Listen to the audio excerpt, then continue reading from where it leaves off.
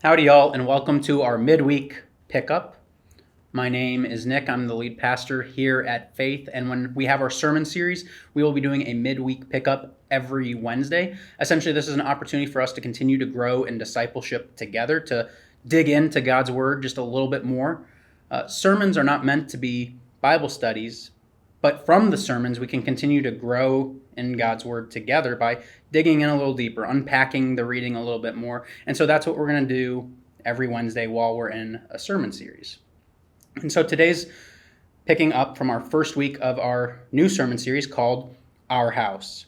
In this sermon series, we're unpacking and looking at 4 congregational values that help define us as a church, but more than that, shows us that we are equipped and called to be the church in the world. That we do not exist for ourselves, but we exist for our communities, our places in which we serve. That we are meant to be a light and to reflect Christ's love to the world. So our reading for this past Sunday comes from the Gospel of Matthew, chapter 9, verses 35 through 38. And this reading is referred to as "The workers are few." And so the first thing just to lift up for us today is the very first verse is talking about how Jesus went through the towns and the villages and he was doing ministry and he was healing people. And what I love about this is essentially Matthew is highlighting what's already been going on in the gospel, what has already been happening for the ministry. And I just relate to that so much because in the military I've always been told, you tell the people what you want to tell them, you tell them again, and then you restate what you told them to begin with. And so that's what our gospel author is doing today. He's restating what Jesus has already been doing. Now, the unique thing that I find with this reading is we also have connection to the Old Testament.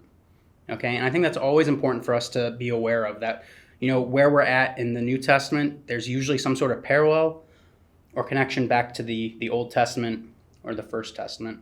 And so that comes up where our reading says there is, sickness and these people are harassed and helpless. This is in verse 36. And so this is actually in reference to Ezekiel chapter 34, which is just a little bit of a highlight. But the message for today, this gospel message, is clear. The world is ready to receive God's word, but there aren't enough workers willing to help. What I think is very important, this imagery of a harvest. Whose harvest is it? It's God's harvest. What is Jesus, what does our God want us to do? Be sent out to collect it. The harvest is ready. So just one food for thought for today, something to be able to kind of chew over or think about, is what holds us back from believing that the harvest, the opportunity to share God's love, is truly plentiful in our world today. What is it that's holding us back?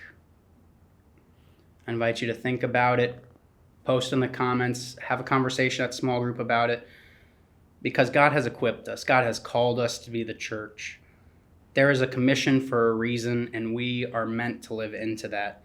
And when you know the love of God, you are equipped and able to share that love with others. So what's holding you back today? Thanks for joining us, and I'll see you next time.